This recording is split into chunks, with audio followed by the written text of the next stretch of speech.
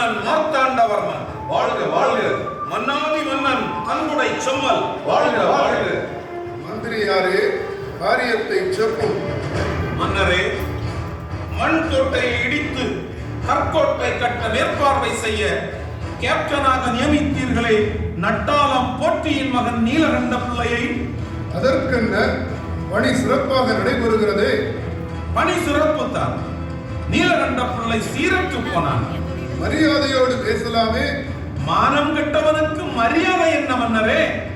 ஆமாம் மன்னவரே, அவன் நம் குலதெய்வத்தை விட்டுவிட்டு அந்த நிலநாயின் பேச்சை கேட்டு இயேசுவை கும்பிடுகிறான். என்ன பிதற்றுகிறேன்?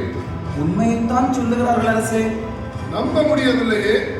இயேசுவை கும்பிடுவது மட்டுமல்ல, நம் குலத்து மக்களை இகழ்ந்தும் பேசுகிறான். கிறிஸ்தவ மக்களிடம் மன்னனுக்கு வரிகட்ட வேண்டாம் என்று தூண்டி விடுகிறான். அது மட்டுமா, நாம் பயன்படுத்தும் பூநூலை அறுத்து அறையிலே கட்டுவேன் என்று சொன்னான். காரியம் தலைக்கேறும் வரை மன்னருக்கு ஏன் தெரியப்படுத்தவில்லை? நாங்கள் அவனிடம் பேசி அவனை சரிபடுத்தி விடலாம் என்று நினைத்தோம். பேச வேண்டியதுதானே.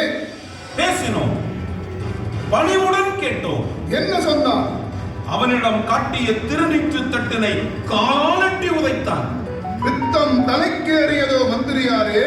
இத்தனை கொடிய செயல்களை நமக்கு எதிராய் செய்த நீலகண்ட பிள்ளை வாழ வேண்டுமா இல்லை வீழ வேண்டுமா என்பதை நீங்களே முடிவு செய்து கொள்ளுங்கள் மன்னரே.